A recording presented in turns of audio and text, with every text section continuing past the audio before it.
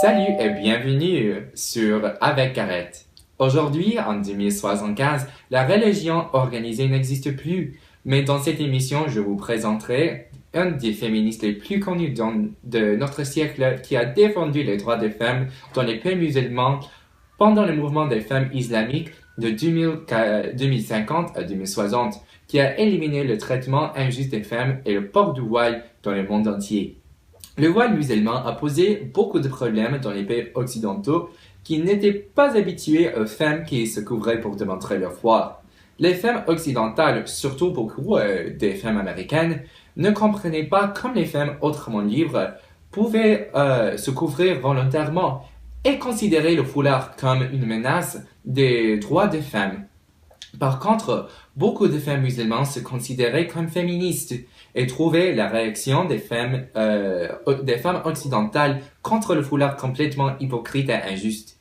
Ceci a soulevé donc une question très importante.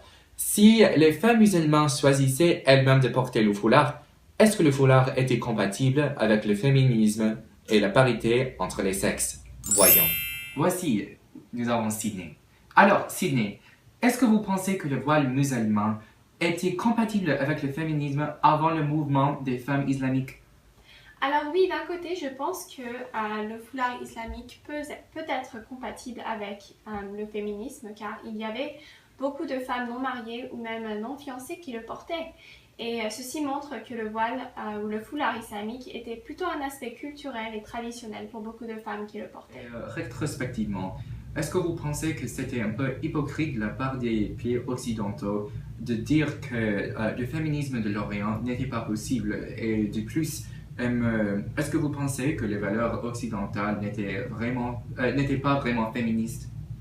Alors ça, c'est une très bonne question. Et les valeurs et les coutumes occidentales à cette époque n'étaient pas nécessairement féministes du tout. Les femmes subissaient toujours aux inégalités et la parité des sexes était toujours un fait à accomplir.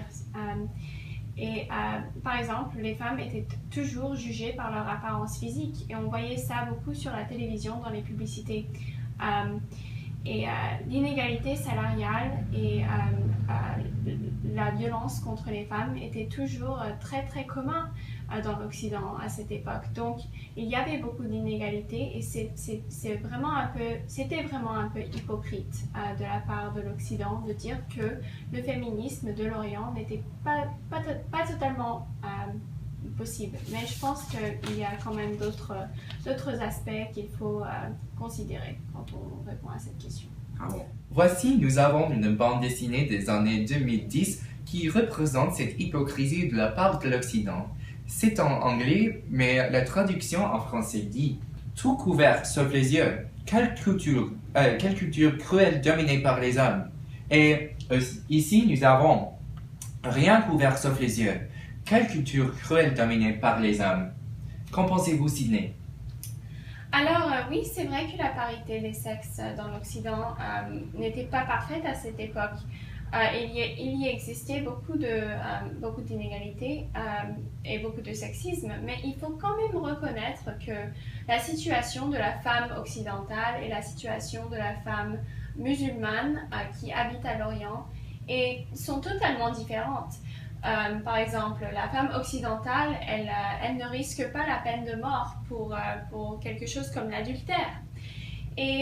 Donc, je pense qu'il faut vraiment considérer le fait que la vie pour une femme occidentalisée est beaucoup plus facile que la vie de la femme musulmane qui n'a pas les mêmes droits que les hommes dans les pays du Moyen-Orient. Bon.